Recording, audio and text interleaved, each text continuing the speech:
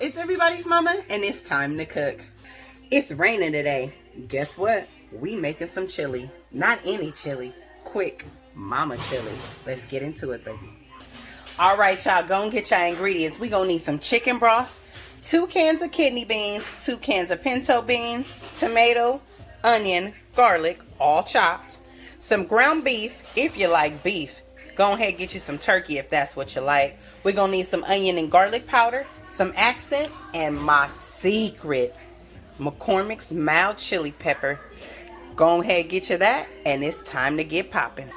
Darn, I forgot to get green onions. Never mind, I'll just go to my garden. Where are you, green onion? There you are. All right, now that we got our green onions from the garden, go ahead and chop that up. We're going to use that for later. All right, so we're going to get started in our pot here. Our onions, you guys. That's the sizzle we like to hear. So in this pot, we don't have any oil or anything. We just want to go ahead and saute these onions for a moment.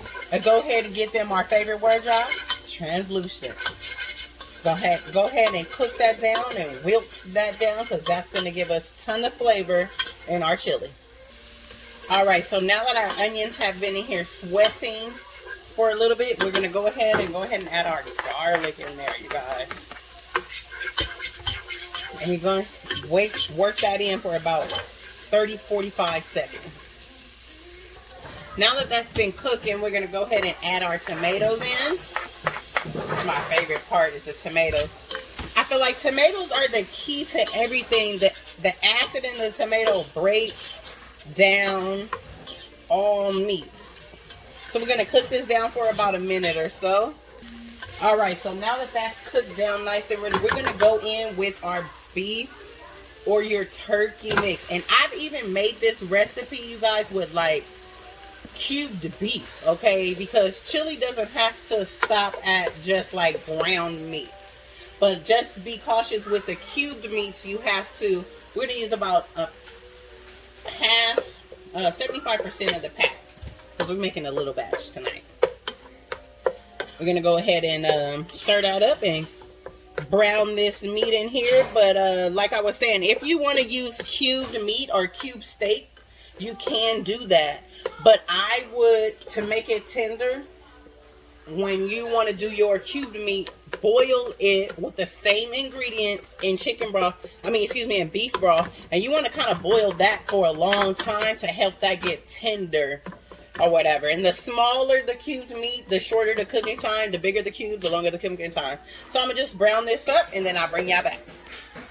All right, so while we're browning this up, we're going to go ahead with a little bit of the accent right now. And you want to season according to the amount of meat that you got going in your pot, okay? So now that we season that, we're going to just go ahead and keep on browning our meat.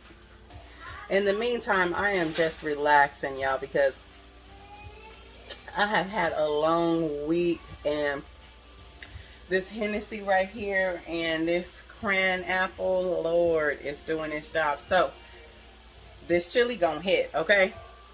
Hit, H-I-T.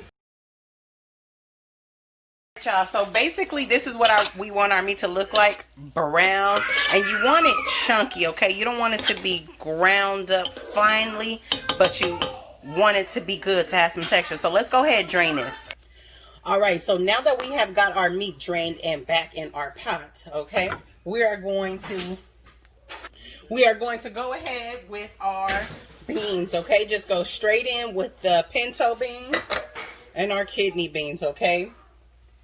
Then next we're going to go in with a little bit of our granulated onion powder and our garlic powder. And what I've noticed with chili is like onion and garlic are like the staple of chili. All right, so let's go ahead and mix that around. Try to mix it up carefully so that you don't bruise and beat up your beans. You want your beans whole. This is a chili. Now, I know y'all looking like, ooh, that's dry. That looks dry. I know, but we trying to get the flavor moved around first. All right, you guys, so I forgot, we're going to also go in with this bad guy here, which is our diced tomatoes. You can get with green chilies or without green chilies. It's kind of up to you. But this is what we're using right here. So go ahead and pop that top. Okay.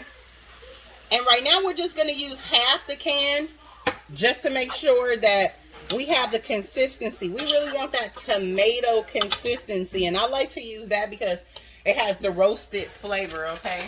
So then next, we're going to go ahead with our McCormick seasoning. And I feel like this is what brings it all together. Now, everybody has their own different chili pack. I know Laurie's has one and everything. Y'all know I'm a Laurie's girl, okay? Because that classic chicken go fire. Which I almost made something to go with this, but not tonight. Mama had a long that day. So, we're going to go ahead and mix that around. And I know y'all looking like, oh my God, that still looks dry. We're not worried about that. Because that's where our chicken broth comes in. And we're going to add about 2.5 cups. And I'll show you the consistency we're looking for. And the reason why I put my chicken broth in now and not in the beginning is because I want all of those seasonings to adhere with the food. And sometimes when you put everything all in at once, the food doesn't get a chance to, you know, bind together. So I think I'm gonna need a little more liquid than this. Let me show you guys. See my juice down here. So I'm gonna need a little bit more liquid. So I'm gonna go in with 1 more cup of the chicken broth. All right, we're gonna cook this on low for about 30 minutes, and we're gonna come back and check on it. So it's been about 10 minutes or so, and I gave it a taste, and I wanted a little more garlic and oniony flavor. So I'm gonna add a little more garlic powder and a little bit more onion powder to this.